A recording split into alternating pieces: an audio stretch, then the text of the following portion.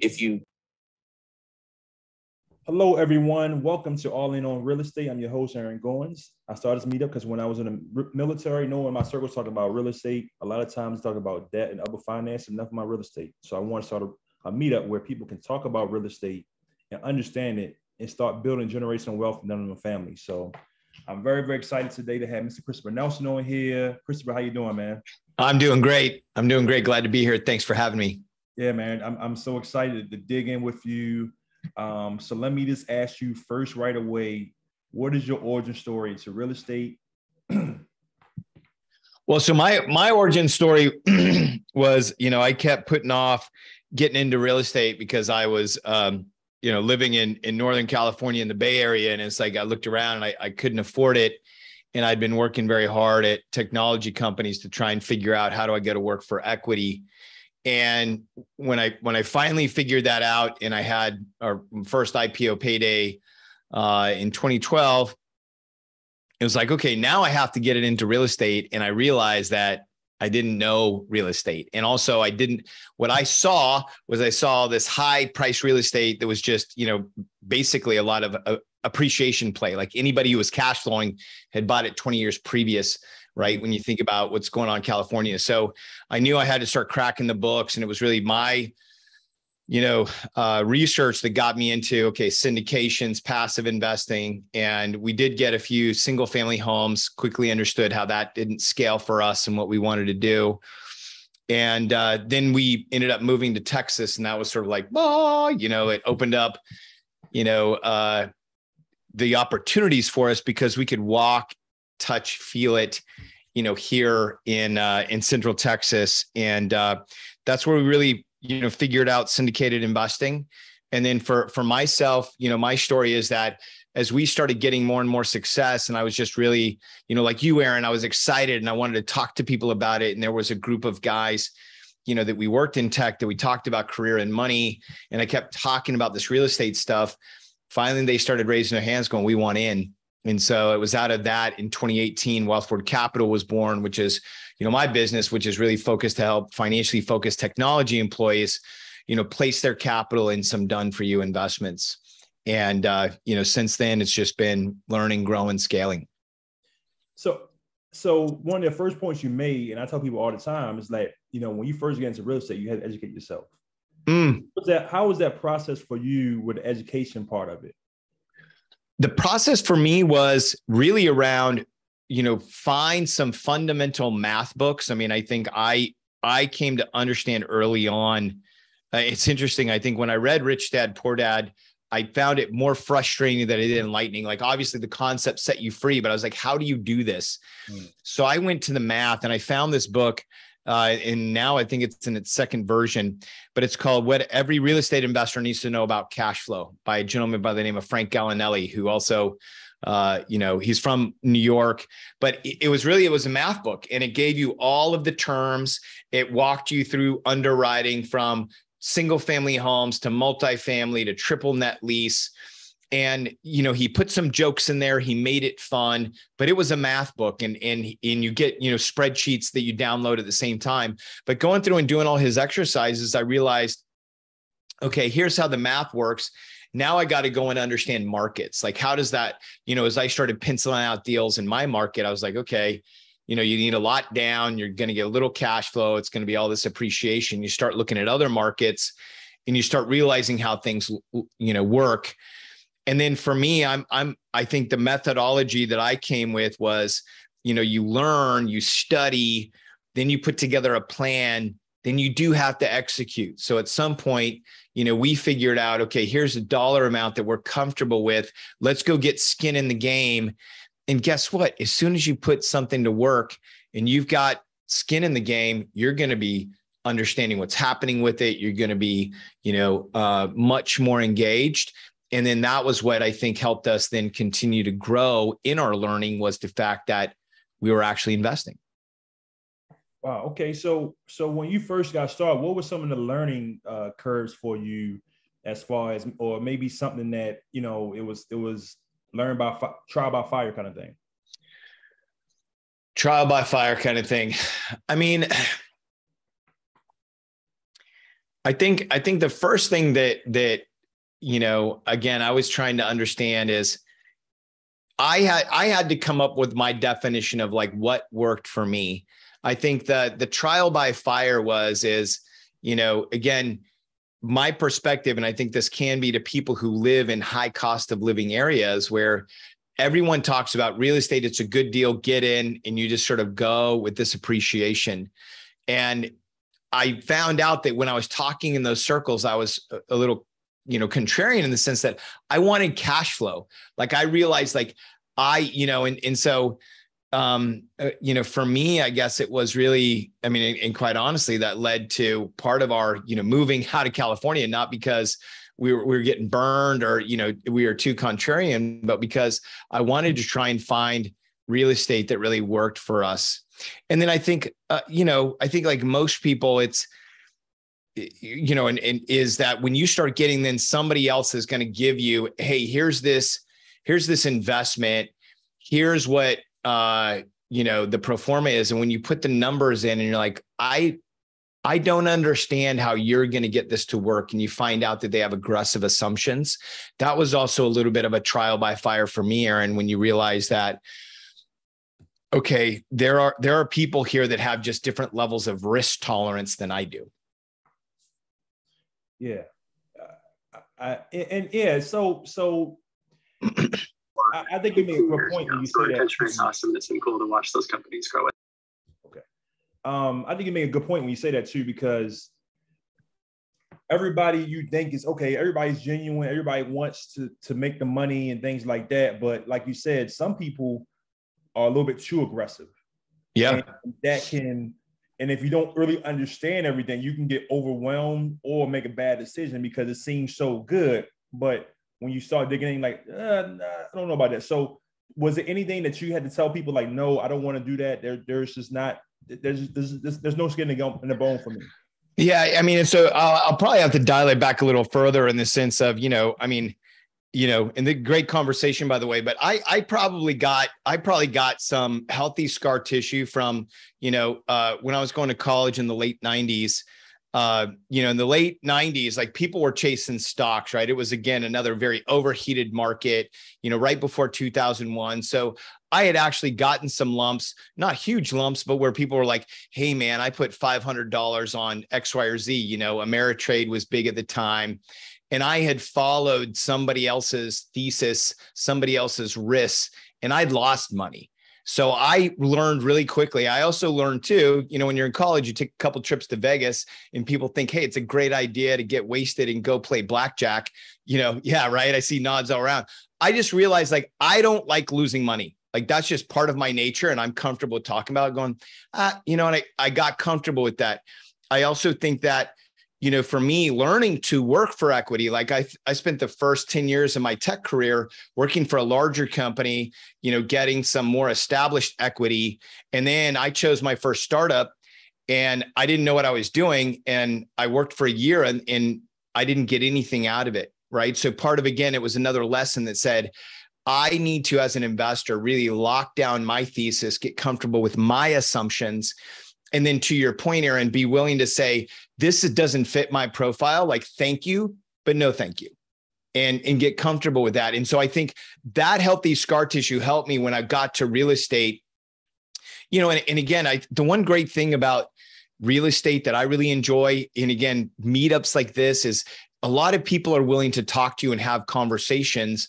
And so taking advantage of that, spending a lot of time. And I love talking with the old dogs. I like talking with the people that have been, that are successful, but they've also got some of that healthy scar tissue so they can share with you. So that's where, as I got into real estate, like we literally probably spent 3 years looking at a lot of things and not doing anything because we couldn't find our comfort level until then finally we said, okay, here we go. Let's go make an investment because we finally started understanding, more about ourselves and our comfort level before we started putting our capital to work. Cool. I love it. I love everything you're saying. So let me ask you this. You started a company. How did you find your partner? I know you guys say, you guys linked up, but was it a filling out process for you?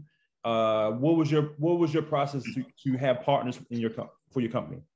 Well, so partners for my company was, building Wealthboard Capital that was really, being a co-GP on the capital side was, my wife and I making a personal investment first and really getting to know the person by being LPs and then being, arguably not annoying LPs, but we had a lot of questions. Like we had a lot of questions and we want to be walking the properties, being, let's say, nosy LPs. Like we want to know what's up. We want to know we're going to open that closet. We're going to look in there. We're going to do those things. And finding people that got comfortable with that, encouraged that. And then the one interesting thing is that the people that I've ended up partnering with actually would then, ask questions, and they might even, make some changes, and not just to myself, but to other investors. And they were trying to, realize that they didn't know everything. And they were people that were constantly learning too, and saw us, our questions, our inquisitiveness, our curiosity is a value to them. And so then it was, after we had made some investments and we saw a track record for a while, that then we, started building our business to, aggregate other capital and come in as co-GPs. I love that. I hope a lot of people, this gets out to a lot of people, because I tell people all the time, like, become an LP first and ask questions, learn from experienced investors who are doing this right now, and just ask them questions. And I love that. I love the pursuit of what you and your wife did, was ask questions, because you only learn. You can't, so much you can learn in a book, but so much you can learn more by talking to somebody who's in the business doing it. So I love that. I love that. Well, and part of it too, Aaron, is like, I think, and again, this was just my journey and this just happened. But as I reflect on it, as I do, like I talk with other people that are getting into this business, is I honestly believe that you'll be a better GP if you've been an LP and you've sat in that seat and you understand the level of vulnerability, the level of trust, and those types of things. You'll have much better conversations with them as well. Yeah. So what was your first couple deals when you guys finally, y'all got your partnership, your company started? What was the first couple of deals like? Well, I mean, I think the first couple of deals, it's interesting, is number one is, I think the operating partners were extremely professional, extremely patient, very, very, as I mentioned before, encouraging of us, and I think that, for us growing our own real estate business, going in and raising capital when, my wife and I both been technology employees and doing other things for a while. Obviously there were some people that opted in, but as we started expanding our circle, there were more questions than answers, as you could say, right? People, well, what are you doing? And is this your thing? Are you doing it full time? And I think, having the attitude of, listening to people, letting them know, sharing your journey with them. I think I soon came to understand that I would prefer to grow that business slow and, be patient and get people who understood what I was trying to do, rather than trying to force the situation, because I think it's actually very challenging to do that. But I mean, I think the first couple of deals, you got to imagine we were, getting properties in 2018, that there was a lot more cash flow available in apartments. The competition wasn't like it was in, let's say, 2019. It was still, and I'm trying to think, no, it was actually, the first one was in 2017 that we did. And, so I think it penciled out very well. I think it was, after we took the deal live and it was running, like, I think it was like, we were probably more nervous than the investors were, because we're trying to make sure that everything's going super well. Yeah. But it did. I mean, it went well. Okay. So I have a new question that I want to ask everybody, because this happens to everybody. And I want to ask about resiliency. How did you go about with no? Because it's a numbers game, and you're going to have people who say, no, I don't care how good the deal is. I don't care how good this is. How did you handle people saying no along your journey? Well, I believe, I have a personal belief, and somebody gave me this, a good friend of mine gave me this, is he said, never forget that rejection is protection. Rejection is protection. And so that means that if somebody's opting out in some way, that's protecting me from something. And it's so interesting that, as I've matured in this business, I mean, I literally was, closing out a deal in June, and I had somebody who'd come in online. We hadn't ever had a meeting, but it was a 506C. So he's going through the accreditation process, didn't like the portal, was complaining a lot about the portal, and then opted out. And I looked at that as a blessing, and I was like, okay, you know what? That guy, if he was just complaining over, I know we were talking about CRMs before, but on button placement, on user flow, and it's just the portal, bro. He's probably not somebody that I want to invest with. But you're right. Like early on, when you're trying to, raise $500,000, it seems to be the minimum entry, or you're trying to get to $1 million and you're having no's, like it's difficult to take. But that mantra of, okay, this is actually protecting me, like there's maybe something I'm not seeing, that gave me a positive mindset to say, push through it. And then that's something that, I get from my wife. My wife is like, every no gets you one step closer to the yes. So it's just like, okay, all right, just stay focused, stay in the game. That's great advice, man. I love the advice that both parties gave to you.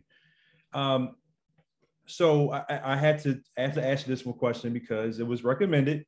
Let's talk about your book, man. What kind of book did you write? Let's talk about the book. Well, yeah, I mean, I'm actually still in the process of writing it, but so part of this business for me is education back into technology employees, because I think most of us who've worked for a W-2, if you realize that you can work for equity at the same time, equity allows you to compound your career compensation, right? You can literally earn as much as you would in 20 years, in 4 years, in 2 years, right? You can compress that time frame. So it's great.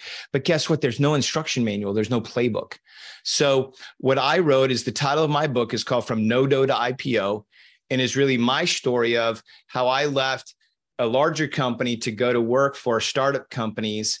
And the first one, it didn't work out. Like it just flamed out very quickly.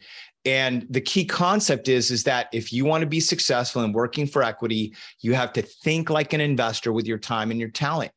And you need to analyze those companies. You need to understand, again, and then the other thing is you also need to know your risk profile, because many people, and I have a story in there about a woman who was working for an early stage startup, couldn't unlock any equity. I coached her and we went through, got 3 different offers on the table. She went to work for a post-IPO company.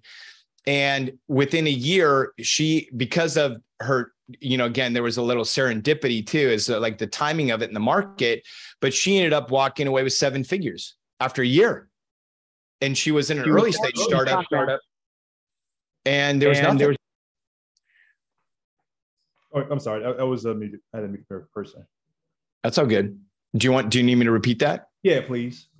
Yeah. So no, the point that I was making is that, there are people that, have transitioned from working from early stage startups where there's a perception like that's only where the money is, went to a company that had recently gone public within 12 months, worked for them, and within a year had been able to harvest, 7 figures, right? $1 million plus of cash from a company that was already liquid, right? And didn't have to wait for it. And so these are, think like an investor, and then thinking like an investor, you have a risk profile. Is like higher, like this is the thing that gets me in working for technology companies is if you map it to real estate, a lot of people think, oh, you can only do opportunistic ground up build is the only way to make money in real estate. If somebody came and said that to you, you'd say, I don't think you understand what you're talking about. Like you can make money from a core plus investment, or even get something that's nice, that's running, right? You could do that. But in startups, that's the lens, or in working for equity. So that's really what the book is about. And it's about my story. I bring in a lot of other people's stories, but it is a playbook, right? I mentioned before, like I was frustrated by Kiyosaki because it's concept, no actions. I make sure at the end of every chapter, people understand what to do so that, whether you're in marketing, in sales, in facilities, or an engineer or something else, you can go and trade your time and talent for equity.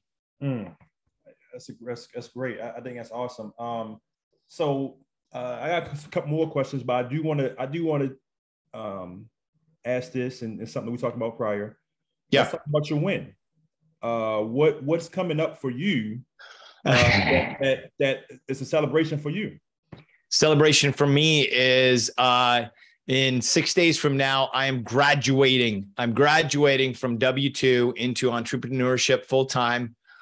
I chose that language carefully because I think, like anything else, you think about, my time in W-2 was a lot of education. I learned so much from it, and the skills and the experience that I got there are going to serve me well. But I'm graduating from the W-2 job, moving into entrepreneurship full-time. So that'll be Wealthward Capital, and then also, focusing more on the education, the books, and helping, prepare this next generation technologists on, working for equity, and then kicking off my podcast, which will be Tech Careers and Money Talk, where I facilitate this conversation that's just sitting at this corner of career and money. And let's have the conversation, because again, when you work for,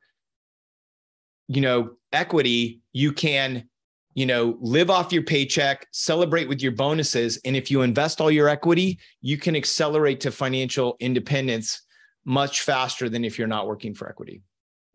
Man, that's an accomplishment, and I congratulate you.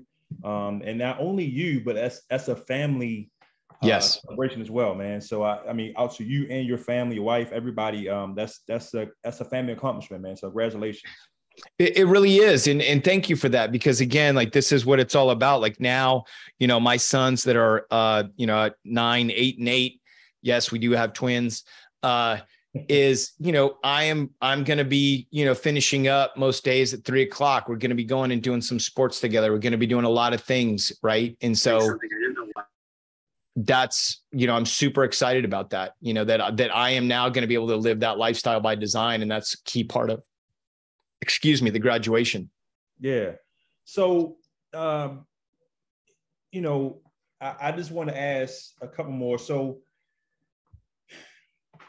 did you set out for this? Was this a target for you? I think everybody wants financial freedom and things like that, but was this a target date for you, a target time when you first got out, when you first set out, when you got into real estate or being an entrepreneur? No, so this wasn't it wasn't the target. So it's interesting is like when we, the way that it happened for us is like, I think we knew that we wanted to get to this point, and we started investing, right? And we'd had an IPO, and we were very diligent about, investing all of our equity. And then we started Wealthward Capital, and I was trying to see if it could, really take off. And what happened is then we, I took a sabbatical from tech in 2019, and I thought, okay, in August of 2019, I thought, okay, I'm going to work on this and I'm going to see what it can do, but I'm just calling it a sabbatical because I don't know if I'm done with tech or not. And it was at that point I started writing the book, right? And so then 2020 happened, and there were tons of headwinds, and I wasn't sure what was happening. And I realized that, okay, wait, am I really going to be maybe dipping into some of this money that I want to invest to be supporting the business? I had a lot of questions. And then I was writing this book, and I thought, you know what? What if I go to work for another 2 years and I go find a company, because my play in technology companies has always been value add. Like my phone rings when a company is 18 to 24 months from an IPO. I said, what if I go back to work for another 2 years and go get some more gold coins, invest in this business, and then set it up for success? Sat down and talked with the wife, and, had some opportunities presented. And so then it was in June of 2020 that I went back to work. This company went through an IPO in October of 2021. And Here I am, 2 years, 2 months later, executed the plan, and now, got some additional gold coins that we're able to take off the table. And now we're ready to launch into this full time. Yeah, that's awesome, man. That's great. So this leads me to the next question. How do you time manage all this? I mean, how's your time management for this?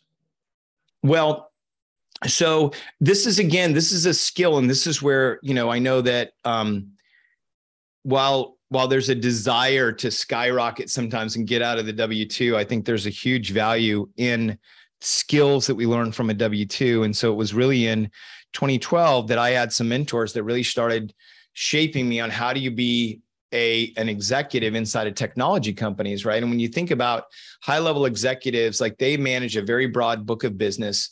They do leverage executive assistants. They get their calendars managed, and they're very disciplined in the way they manage their day. Some of them even sit on boards, have advisory positions. So they have to context switch. They're not just in their job. So as I started moving into this, what I realized is that I made the decision to manage my time very, very aggressively, have a very focused routine that I was taking, while I was in my W-2 job. And then instead of having a board position, I was literally just running this startup company on the side. And that's how I really viewed it. And I brought in and made sure that I staffed up in that company people to manage and run it, the things that they could do, get clear on the things that I could do. But yeah, for the last, since June of 2020, man, I've been on a very, strict calendar, get up at 4:30, daily routine, work on, Wealthward Capital, 9 o'clock, pencils down. Okay, boom, I'm in the company, work it, hey, 5 o'clock, pencils down, go be with the family. Okay, hey, I got to catch up in one or the other, go catch up, and then just, rinse and repeat. But it was very, very focused. And I think that's, for me, how I accomplished a lot was really just laser focus and big on routines. And something I really had to work on myself is that routine and like you said, having that focus, where that discipline. Because I think you emphasize that when you say, hey, pencils down, I'm doing this, I'm spending time with the family. Pencils down, I'm getting up at 4 o'clock, and so I think it's a lot of discipline in that as well. I'll tell you what, man. I listen to a lot of these. I don't know if you've read. You sort of look a little bit like David Goggins. I don't know. You probably hear that all the time, right? I heard before, yep. Yeah. But I read Can't Hurt Me, and then I listened to some of his tapes. Really, if you want to be uncommon among uncommon people, like you got to figure out ways to lock this down, because once you lock this down, then it unleashes everything else. Yeah. All right, just a couple more questions. I'm gonna let attendees ask. Yeah, Aaron's taller than Goggins. That's cool. I know, right? I know. And Dan's funny. Exactly. What do you? So somebody who's starting off, what would you say to them? What would you say to somebody who wants to get into real estate, or just want to understand about tech, or just want to understand about being an entrepreneur? I think you have to really know your why. I think more than anything, right? So if somebody is going to get into real estate, my message to them is know the math. Because if you do not know the math, if you don't know the underlying numbers underneath it, then you're either putting your money at risk or you're going to put somebody else's money at risk. But you need to know the math, period, in a statement. The other thing that I would say, if somebody's interested in entrepreneurialism or being an entrepreneur, is you need to know your why, because there's going to be dark days. We all know, all of us who are entrepreneurs, that there's going to be, you got the voices in your head, you got the little negativity trolls that come out and bring baseball bats to you. You got the no's that are coming at you. And if you are not clear on your why and you cannot persist through those things, you will get defeated before you're already defeated. You're done. Like you're just going to go and I always talk about this because I have one son who just moves the food around the plate. It's like nothing's getting eaten, man. You know what I mean? I've seen people in this business that come around. Okay, I got the funnel, I got the ebook, I'm doing the thing, and it's like, what are you doing though? What do you like? What's your why? Like, what are you in this for? Well, I want to be in real estate. Well, you're in real estate. Now what?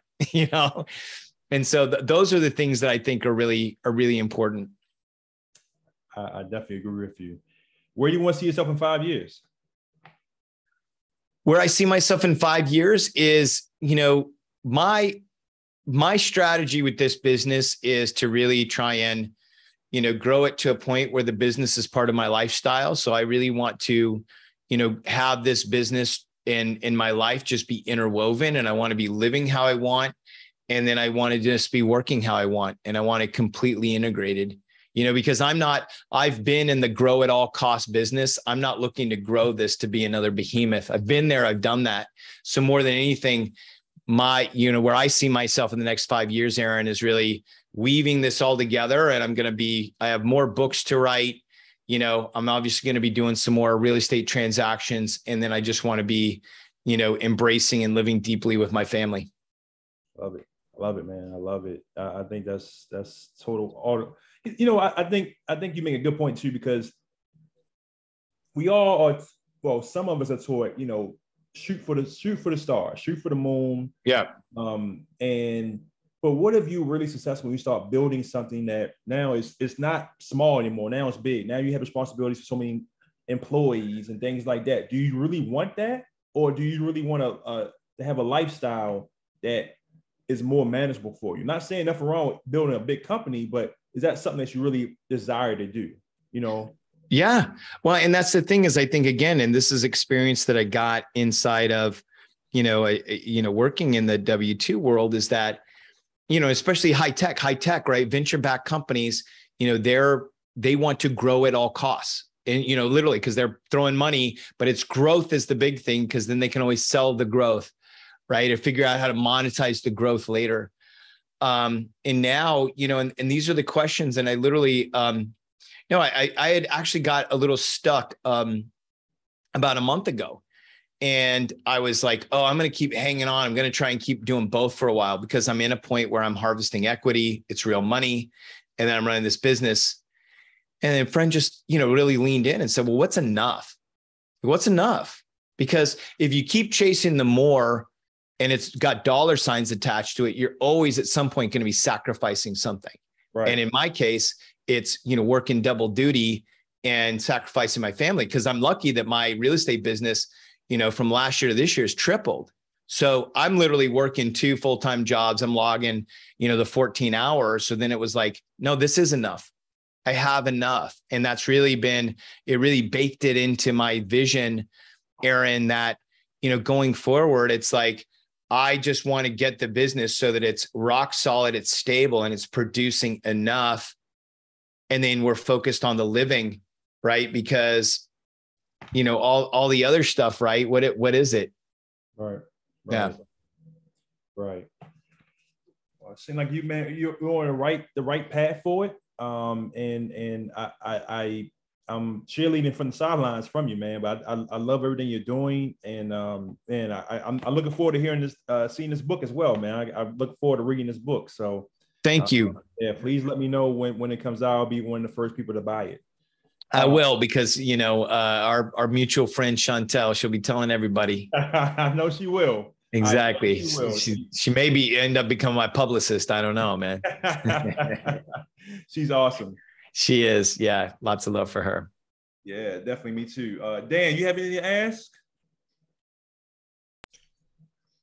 Not in public.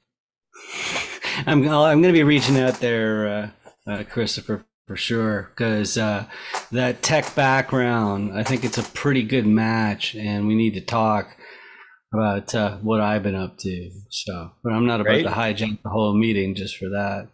Well, this is the whole meeting. All right. Well, I guess it's up to you. Yeah, sure. All right. So here's the skinny, right? So because I came from CRMs, I ended up going like, well, how do I do this, right? Fortunately, I worked for 6 years for a single family firm that always had 10 flips on the go, like clockwork. And I was running their coaching side and anything website related automation. trades and, all that kind of fun stuff. Right. So I ended up making the jump to real estate when I found commercial, because I was the remote piece. As a matter of fact, I lived in Taiwan for 15 years. So like that remote, right? Yeah. You were like other side of the Pacific remote. Like that's a legit remote. Right, exactly. So with that being the cards, like the local advantage was not my advantage at all. And so I was going, well, so single family wasn't going to work. So commercial, I'm like, okay, well, that really works. And so long story short, I knew that once I learned the syndication laws, I knew that I had to meet a whole bunch of people publicly. And because I'm a stickler for details, I also need a legitimate reason to meet them, just on the off case that, like whatever happens, like I just don't trust my luck that well. Right. So anyway, so I switched my welcome calls into these little 15-minute podcast recordings. And that's for compliance purposes. So I'm not asking people about their bicycle when they were, 7. Right. It's like right to the point, what you're looking for, what you do, and all that kind of fun stuff, right? And so anyway, I made these compliance videos, and then I'm like, well, how do I turn that into something that does the same thing for my guest? So that's what 506B.me is.